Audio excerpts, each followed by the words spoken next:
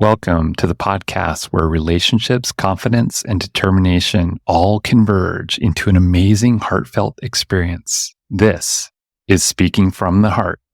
Welcome back to episode number 53 of Speaking from the Heart. Are you angry at me? Or are you angry at someone else? Well, in today's episode, I'd like to talk to you about how we can let go of that past anger and we can use it in more constructive ways to become the best versions of ourselves. Because I am guilty of holding grudges with a lot of different people, with a lot of different past experiences that I've been through, along with repeated patterns that have always consistently occurred that have created some of those things in my life that I really wish I could take back and put it into more constructive ways. But I know that we can easily say to ourselves that it is easier said than done, that it is easier to just hold on to that anger or that pain, carry ourselves into whatever that aspect of our lives are that we continuously have, but we also throw down the gauntlet every single time something like this occurs. In other words, always being on the other side of the problem instead of being part of the solution aspect of it. And I really want to navigate with you today about the fact that we can have some peace with this by breaking the chains that bind us, but also finding peace in order to find ways to be more constructive in our daily lives. I know that we can easily pick out a couple of examples that we find not only in our workday operations, whether we have a full-time, part-time, or even virtual job, but even having those opportunities in our personal lives. Maybe being angry with your aunt. Maybe even being angry with your babysitter for doing something with the kids that they shouldn't have been doing. But even in my specific example, holding on to things that might have happened 5, 10, 20, 30 years ago. And I know, for me personally, this has been the biggest roadblock that I've ever encountered in my entire life. For many years of my life, I always thought that I had to overcome some of these aspirations that I had of people that they thought that they were Mr. or Mrs. Goody Two-Shoes and that they were able to do whatever they wanted to do, and they got every single thing that they wanted in their lives without barely lifting a finger. Or even just coming at me, thinking that they know all the answers, saying that they have what is on their mind to be the most powerful thing that they could do to help inflict damage onto my own personal adventures, or even professional adventures for that matter. And that was always something that created so much anger for me. It was to the point that I would go home feeling so anxious and depressed about it, and not understanding why these people were acting the way that they did. And then I started to think about the fact that for many people, this is actually a common occurrence. Something that we learned in our childhood, something that creates some of those established patterns in the first place, and then getting back to where we needed to be. We had to take some time to even think about what we could do to just keep moving forward, to not let that be the roadblock that isn't allowing us to really get to where we need to go.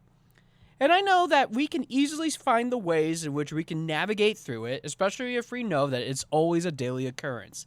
But why do we have to spend 15, 30, 45 minutes, maybe even upwards of an hour, 2 hours, 4 hours, maybe even 24 hours for that matter, to always say to ourselves that we shouldn't let that person, place, or thing bother us the most? I know that even in my own experiences leading in organizations or even nonprofits for that matter, there's always going to be strife and conflict. And I know that for many of us, we can always try to find that way in which we can be passionately engaged and be able to work through some of those problems. To be able to find that voice that we have deep inside of ourselves to say, we can push forward, knowing that we have what it takes to get to point A to point Z, which we have talked about in some recent episodes. But I know that we have to break this loop. We have to break the cycle at some point. And I have some ideas, maybe for all of us, especially even for myself, that desperately needs to hear this sort of advice, about ways in which we can continue to build that best version of ourselves by getting rid of that anger and using that anger for something more constructive. One of the very first things that I have been learning to do a lot more than ever before, which I've repeatedly have mentioned in other episodes, is to simply write it out, to journal about it. And I've been getting better and better as the days go on about writing these sort of things down.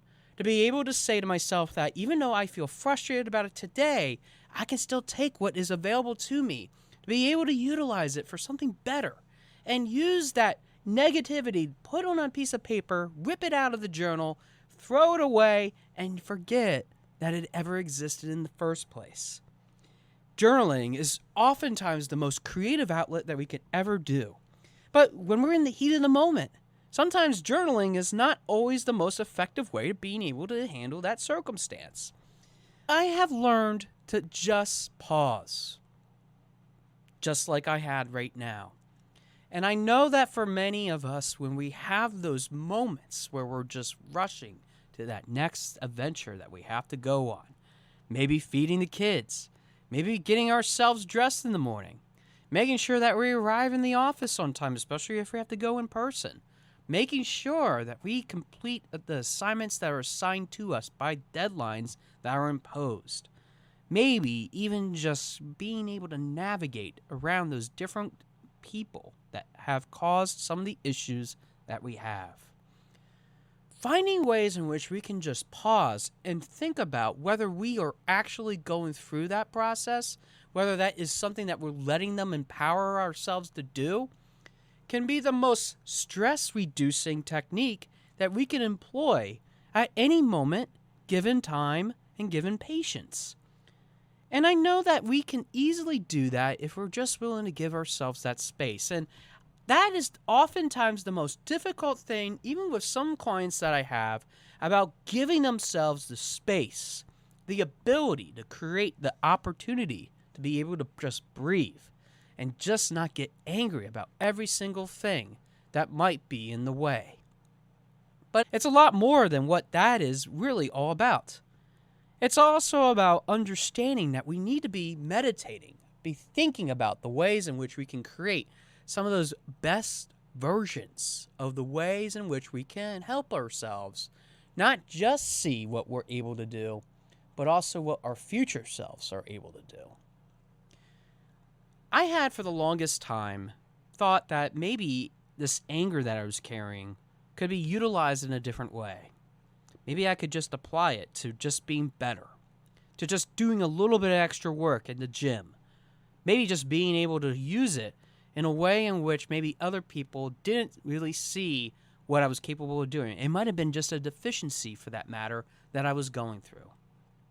But as time has gone on, and as I've evolved even as a professional human being, I have learned that it isn't just about understanding and being in these different dimensions of creating that awesome power that we have inside of ourselves that we're able to do.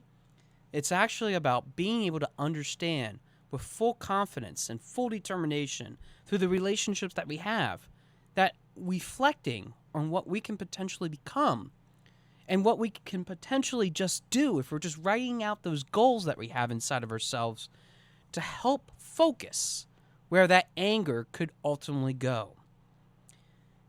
People often take time on vacations, maybe even in emails, maybe even in other activities, whether that's drawing or writing, to creatively and passionately write about some of those inherent experiences that we have.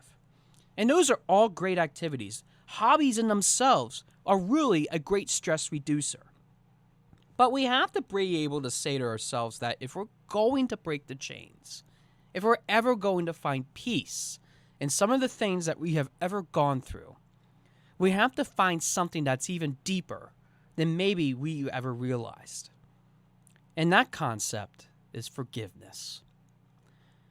Two friends of mine that I was able to intern with when I started my second master's degree with public administration at Shippensburg University was with a young organization based in Harrisburg, Pennsylvania called Someone to Tell It To. Tom Caden and Michael Gingrich, which have been now working on this project for over a decade, have been able to help other people countlessly across the world in being able to provide not only the opportunities that they see in other people that they work with, but being able to compassionately listen to those that need to be listened to, especially since they don't have the avenue to feel like they are being appreciated. This concept of listening, compassionate caring, amongst other things, is usually at the root of every single practice that you could think of, whether it relates to therapy, whether it relates to medical professions, whether that's even being a lawyer. One of the very concepts which I wanted to have a career in. But Tom and Michael are mentors that had helped me for the longest time. Now, as this recording has happened, they just recently celebrated their 11th annual gathering, in which they've been able to celebrate some of the successes of the organization as a whole. And I've been fully appreciative of what they have contributed to this bigger picture, which I hope one day they would love to be on this show, and I would love to talk with both of them about what got them started in a 2-part episode that I'm sure will be riveting, especially with everything that they've been through. But I was able to be boots on the ground and being an intern during that process of their development of the organization, which has now reached several thousands, maybe tens of thousands of people all across the world because of their contributions to society as a whole. I can't think of a more powerful moment that they have always expressed to me when I was feeling absolutely down about myself, about the concept of forgiveness. That we are forgiving not just the things that we have done in the past, but what we are able to do now that we forgave ourselves to press forward in the future, because there is always a space to be forgiven in. There is always an opportunity to feel that you are being listened to so that you can start that process of healing, to say later on that you could forgive yourself. And that was something that Tom and Michael had instilled in me over a decade ago, that I didn't really understand that concept until this very day, 3.5 years later after my suicide attempt. I feel that we often forget about the fact that suicide attempt was because of my anger.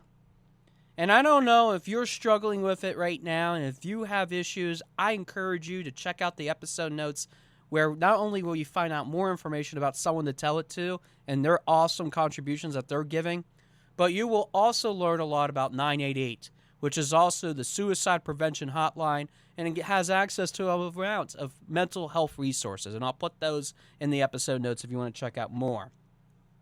But I learned through all these things that I have been through, that if I was ever going to cut the chains, the bolts that have been holding in my shackles on my hands and also my feet, and if I was ever going to find the inner connection to the bigger picture as a whole, is that I needed to forgive so that I can move on. There are many people in my life that I hope, as we continue this podcast, I can share with you some of those more intimate stories in which I will protect the innocent, but I will share with you the aspects in which I have personally been through to get to where I'm at. A podcast host and owner of a professional and personal development organization or business called Your Speaking Voice. We can take our gifts that we have, the things that we have gone through, and create tapestries of awesomeness that stem from not only the things that we have been through, but the things that we have yet to achieve. We can start to build using those Lego bricks that we have already collected. Because let's face it, whether we have all the different types of colors or all the different patterns or pieces, we can start to share what we have collected with each other. And that's been something of a big adventure for me, so that I can remove that anger and just think that I could stew in it and move forward in a more constructive way, so that I can create the opportunities that I know exist not only for me, but also for you, potential clients and potential people that are just looking for that voice of inspiration. We can all be better in every single aspect of our life, but if we're ever going to move forward and getting past that anger, if we're ever going to be more constructive in the things in which we're able to do in our lives, we have to let it go. We have to find forgiveness. And I don't know where you are in your life when it comes to that. And if you have achieved forgiveness, fantastic. I would love to have you on the show so that you can inspire my listeners, my individuals that have been going through a lot of these different struggles.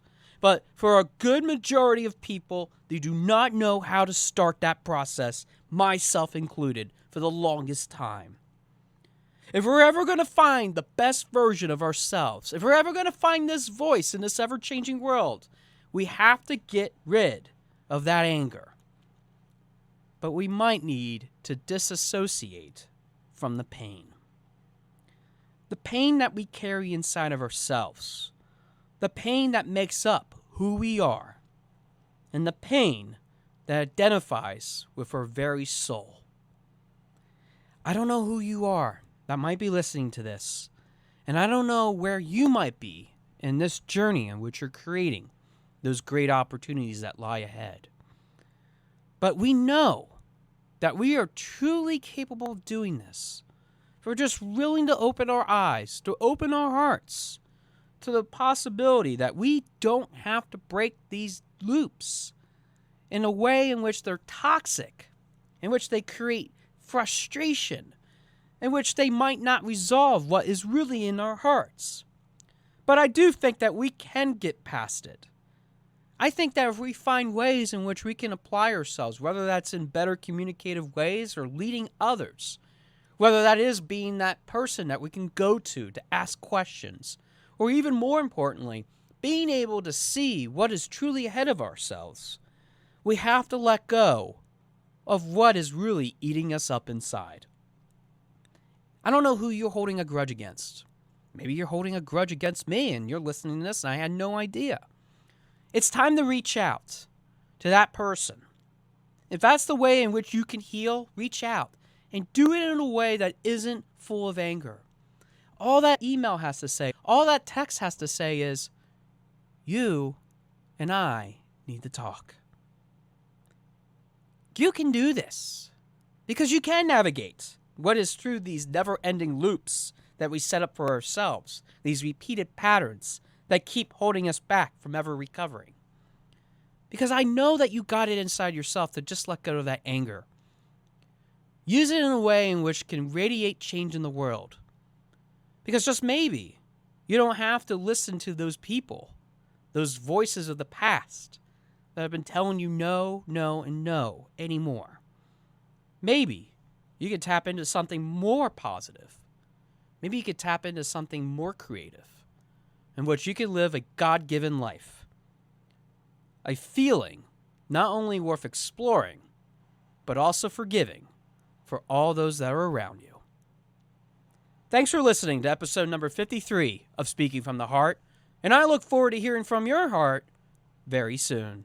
Thanks for listening. For more information about our podcast and future shows, search for Speaking from the Heart to subscribe and be notified wherever you listen to your podcasts. Visit us at www.yourspeakingvoice.biz for more information about potential services that can help you create the best version of yourself. See you next time.